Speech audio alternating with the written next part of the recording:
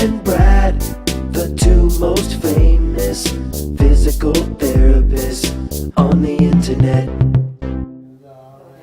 Hi folks, I'm Bob Schrupp, physical therapist. Brad Heineck, physical therapist. Together we are the most famous physical therapists on the internet. In our opinion, of course, Yes, Bob. we are. It's funny the second time too, isn't it, Brad? Okay, today we're going to talk about how to avoid sciatica and herniated discs from returning.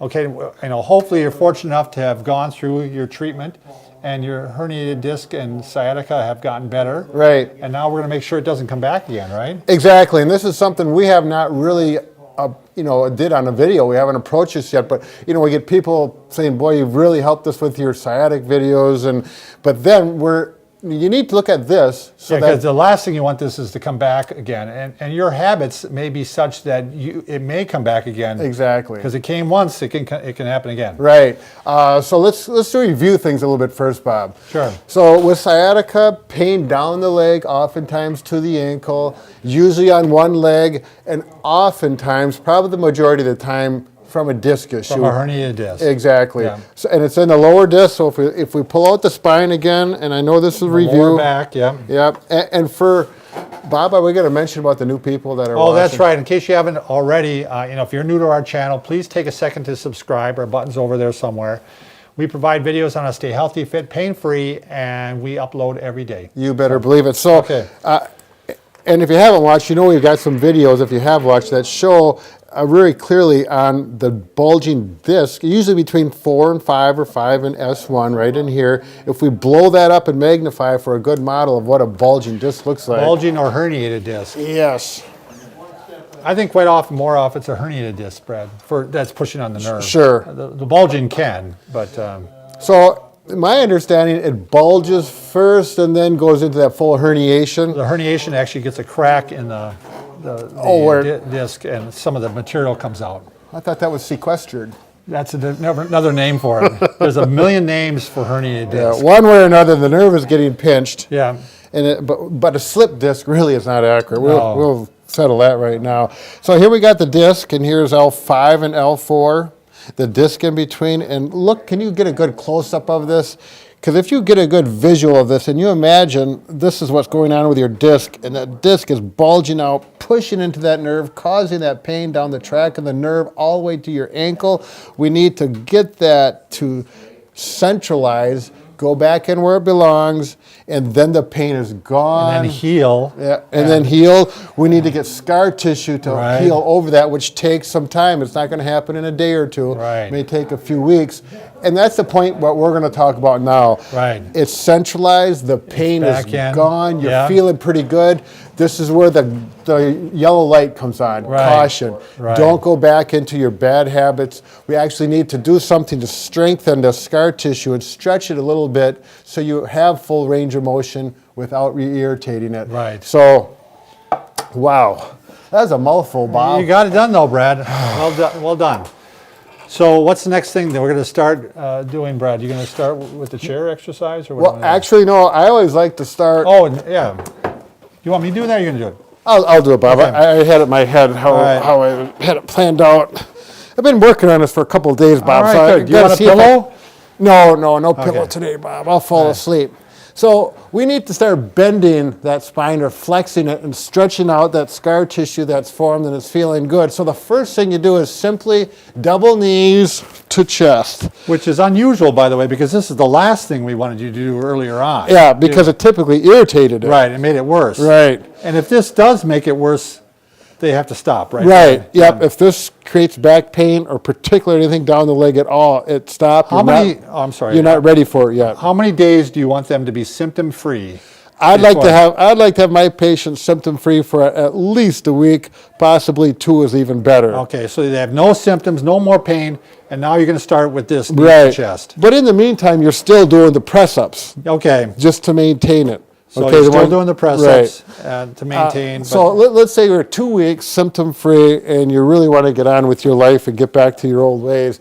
Well, we're going to start doing this one, and assuming no pain at all, you do 10 of them, then you always have to finish up with your press-ups. Okay. And you're going to do 10 of these. Okay. That's why you want Knees to to do chest this. first and then press ups Right. afterwards. Always Okay. finish up with the press ups. Okay. Okay. Making sure you're preventatively. Exactly. So, You're gonna you do. want me to grab a chair, Brad? Oh no, not yet, Bob. Okay. What's next? Then you'll do that at least 3 days, completely symptom free, and you do it a couple times a day. Okay. Okay. Double knees and chest, roll over, do your press ups, do that in the morning, do that in the evening, at least 3 days, feeling good. Then we can get the chair. Okay. You want to use this one? Yeah, I like that one. All right. You want me to sit? Yeah, go ahead. Okay. So, now the progression? right, because you're going to find yourself in the chair, you're going to bend forward to pick something up to tie your shoes. Those are the activities that likely influenced or caused the disc problem, but it's not like you're going to quit doing that forever. So now we want to Do it under control, basically. too, Exactly, right. So, am I just bending forward to start off with, Brad? Right, bend forward, you can go like fingertips to your toes, and then back up, and just see how it goes. 0 pain, 0 symptoms, it feels like the good old days. Go ahead and go up to 10 as long as it feels completely symptom-free. Now, so Okay. you don't sit there getting bored watching us, let's say this is 10. All right. No problem, Bob? No problem. Now, you have to finish up. Yeah. Do my press ups Yeah. again. Now, Bob was being nice to me because he was going to offer to do this because I got spondylolisthesis and these exercises actually aren't real comfortable for me. So I'm glad he's doing Always them. finishing up with the press ups. Yep. And if you were having pain with the flexion in the chair, you would stop immediately. Yep. Right. Exactly. I mean, you don't want to re-injure it or Exactly. But we're just gradually having the disc get acclimated to a little flexion. aren't Right. we? Exactly. In a reasonable progression, so that you stretch it out so that it maintains its integrity. I know with some people, you know, like if you have some scar tissue on the nerve, you know, they actually had us pull down like this, Brad, even pull down a little bit. Give it a little extra stretch. Yeah, give it a little Sure. extra stretch. Yep. And, you know, like grab on your ankles, pull down a little bit even further. Right. Sure. But that was a more kind of a specific circumstance. So Right. And then plus you can pull your socks up when you're down there. there we go. All right, what's next, Brad? Okay.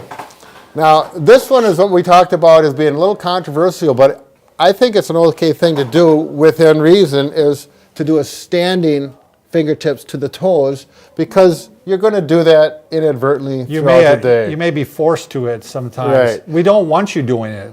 Yeah, This is something you certainly don't want to do as a stretch. Like you remember people stretch out your back and your hamstrings. So start doing this stretch again. Not at all. We're just doing this to make sure that you can do this. controlled. Right. Yeah. And after you get done with that, always you're going to finish up with extension and standing. Okay, so that we get that normal range of motion Right. and we get that disc able to move in all normal ranges without re-injuring. And that's a recommendation, Brad, we'll make after you do lifts or anything like that, after you've hurt your back and you're healing, is that after you do a lift, even if you do it properly, stop and do a back extension. Right. I mean, that's a good thing. I do these all the time, Brad. Right. When I lift a patient, Yep. I stop. Well, that's the first thing I'm doing Yeah. is I'm doing some back press-ups. We're going to make an back exception bends. for two groups of people if you got spondylolisthesis or Spinal stenosis. stenosis, Yeah. then you don't fit in that category. Right. Most people will, though. All right, then beyond all that, Brad, we want to change the habits of people. We want to make sure they're sitting right, Tall. and still probably using the lumbar roll. Right. You know, I was So, going to grab one of these before, and our famous Yeah. towel roll, lumbar roll that doesn't cost you anything. So you're going to use that when you sit. As a matter of fact, I'm working with an 18-year-old that has severe bulging discs from the MRI. She got symptoms down the leg. She is responding to these exercises incredibly. She's 45% better after the first day of doing these. It's really fun as a therapist to work with someone like that. So I put the towel roll in there, and she's using a towel roll just like this to sit up tall.